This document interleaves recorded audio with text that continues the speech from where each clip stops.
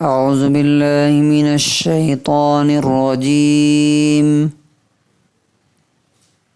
بسم اللہ الرحمن الرحیم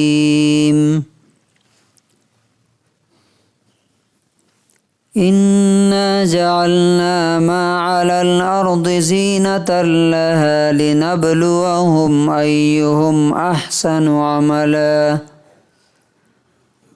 وَإِنَّا لَجَاعِلُونَ مَا عَلَيْهَا صَعِيدًا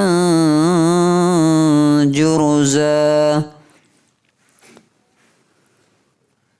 سورہ کہف، سورہ نمبر 18، آیت نمبر 7 اور 8۔ بے شک ہم نے زمین پر جتنی چیزیں ہیں سب کو اس دنیا کے لیے خوبصورتی اور زینت اور بیوٹیفیکیشن کا ذریعہ بنایا، سجا دیا، تاکہ ہم ان کو آزما لیں کہ ان میں سے کون سب سے اچھا عمل کرتا ہے۔ اور اس میں بھی کوئی شک نہیں ہے کہ ہم ان ساری چیزوں کو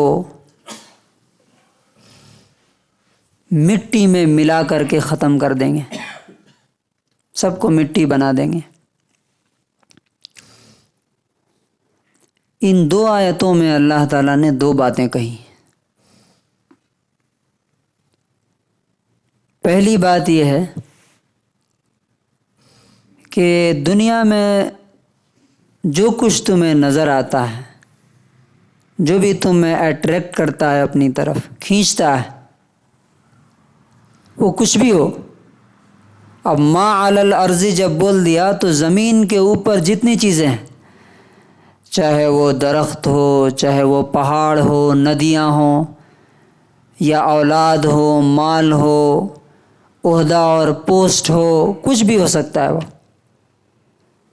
یہ سب اللہ تعالیٰ نے کہا کہ یہ سب بیوٹیفائی کیا ہے ہم نے اس سے زمین کو۔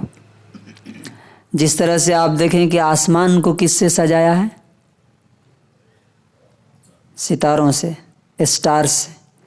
تو انسان جب آسمان کی طرف دیکھتا ہے تو اس کی خوبصورتی میں کھو جاتا ہے تھوڑی دیر کے لیے۔ اسی طرح زمین کی جو بیوٹی ہے، جو خوبصورتی ہے، وہ ایسے ہی ہے کہ جیسے کوئی شادی ہوئی اور اس گھر کو سجا دیا گیا، لائٹ سے، کمکموں سے روشن کر دیا گیا۔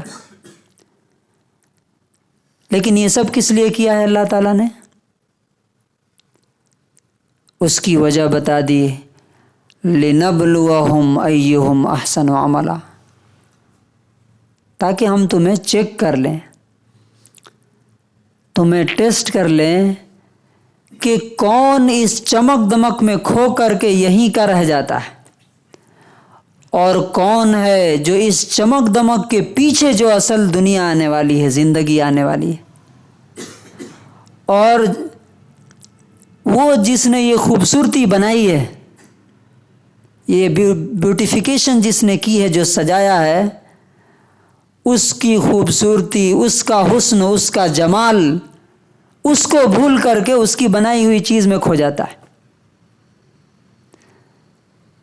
اسی لیے رسول اللہ صلی اللہ علیہ وسلم نے کیا کہا اپنے بارے میں؟ آپ صلی اللہ علیہ وسلم نے جب ان سے کہا گیا کہ آپ کے لیے ہم تھوڑا ایک بہترین بستر بنا دیتے ہیں، گدا بنا دیتے ہیں، صوفہ بنا دیتے ہیں، آپ چٹائی پہ سو جاتے ہیں، اچھا نہیں لگتا ہم لوگوں کو، تو نبی صلی اللہ علیہ وسلم نے کیا کہا؟ مالی وللدنیا، مجھے تمہارے دنیا سے کیا لینا دینا؟ ما انا فی الدنیا الا کراکب، میں تو دنیا میں ایک مسافر، ایک ٹریولر کی طرح ہوں۔ کیسا؟ استظل تحت شجرۃ، جو سفر پہ جا رہا ہے، ایک بہت لمبا سفر ہے۔ اب ہمارا سفر کیا ہے؟ ہم اس دنیا کے جو دائرے میں ہیں نا، سرکل میں، باہر کے بارے میں سوچ نہیں پاتے. ہمارا سفر کروڑوں اربوں بلینس ایئر پہلے شروع ہوا ہے جب ہم روح کی حالت میں تھے، اور اس زندگی کے بعد ایک ان لمیٹڈ سفر شروع ہوگا جو کبھی ختم نہیں ہوگا. اب ان دونوں کے بیچ میں یہ تھوڑا سا ہے، ڈاٹ کی طرح یہ ہماری لائف ہے، ڈاٹ سے بھی کم ہے، 60-70 ایئر. تو آپ سوچ کے دیکھیے کہ وہ کتنی لمبی زندگی ہے. تو آپ صلی اللہ علیہ وسلم نے فرمایا کہ میں تو صرف ایک مسافر کی طرح ہوں جو چلتے چلتے جب تھک جاتا ہے تھوڑی دیر ایک درخت کے نیچے آرام کر لیتا ہے. اب وہ درخت کو سجانے اور بنانے کی کوشش نہیں کرتا کہ چلیے وہاں پہ ایک بلڈنگ بنا دے درخت کے نیچے، ایک باغ بنا دے. نہیں، جو ملتا ہے وہاں سو جاتا ہے، پھر جب تھوڑا آرام ہوتا ہے تو وہاں سے آگے نکل جاتا ہے. اور دوسری آیت میں اللہ تعالیٰ نے فرمایا کہ اس پوری لائف کا جو اسٹیج سجا ہوا ہے، سمجھیے دنیا ایک اسٹیج کی طرح ہے. اسٹیج پہ کیا ہوتا ہے کہ پرفارم کرنے والے اپنا اپنا پارٹ ادا کر، ایک ڈرامہ سمجھ لیجئے. ڈرامے میں آپ نے دیکھا ہوگا کہ کوئی بادشاہ بن جاتا ہے، کنگ بن گیا، کوئی اس کا سپاہی بن جاتا ہے، پولیس والا، کوئی کمانڈر بن جاتا ہے. لیکن جب ڈرامہ ختم ہوتا ہے تو اسٹیج کیا کیا جاتا ہے؟ وہ ٹینٹ ہاؤس والا اٹھا کر کے لے کے چلا جاتا ہے. اب شام کو جب ختم ہو گیا ڈرامہ تو نہ وہاں کنگ صاحب ملیں گے اور نہ وہ فوجی کمانڈر ملے گا اور نہ اس کے چپراسی اور نوکر ملیں گے، پورا سنسان. اسی طرح اللہ تعالیٰ کہتا ہے وَإِنَّا لَجَاعِلُونَ مَا عَلَيْهَا صَعِيدًا جُرُزًا. اس میں بھی کوئی شک نہیں کہ ہم بہت جلد اس خوبصورت دنیا کو اجاڑ کر کے ختم کر دیں گے، اور یہاں صرف اور صرف تم کو زمین دکھائی دے گی، اس کے اوپر کچھ بھی دکھائی نہیں دے. تو کنکلوژن اور خلاصہ کیا ہے؟ اللہ تعالیٰ بتانا کیا چاہتا ہے ہمیں کہ تمہاری آنکھوں سے جو کچھ دکھ رہا ہے وہ سب مٹی ہے. یہ بہت اہم پوائنٹ ہے، یہ سمجھنا. اب چاہے میں آپ کو دیکھ رہا ہوں، مجھے اپنے کو دیکھ رہا ہوں، اپنے بال بچوں کو دیکھ رہا ہوں، بلڈنگ دیکھ رہا ہوں، یہ سب کا انجام کیا ہے؟ ڈالر ہے، ریال ہے، یہ سب کیا ہے؟ مٹی ہے. بڑی بڑی گاڑیاں ہیں، بڑے بڑے پوسٹ ہیں، یہ سب کیا ہے؟ یہ سب مٹی میں مل جانے والے ہیں. لیکن اسی میں اللہ تعالیٰ نے اپرچونٹی ہمیں دی ہے، گولڈن چانس ہے کہ اس مٹی کو تم چاہو تو سونا بنا لو، ایک فکسڈ اور ایک لمیٹڈ ٹائم کے اندر. فار ایگزامپل، اگر آپ سے کوئی کہے کہ آپ بس اسی ایک ہفتے تک یہاں ہیں انڈیا میں، ایک ہفتے کے بعد آپ کو امریکہ بھیج دیا جائے گا، وہاں سے دوبارہ آپ کو یہاں آنے نہیں دیا جائے گا، تو پہلا کام آپ کیا کریں گے؟ پہلا کام کیا کریں گے؟ جتنی پراپرٹی ہے یہاں پہ، جتنا پیسہ ہے، سب بیچ کر کے ڈالر میں کنورٹ کریں گے. کیوں؟ وہاں روپیہ نہیں چلتا، وہاں انڈین کرنسی نہیں چلے گی.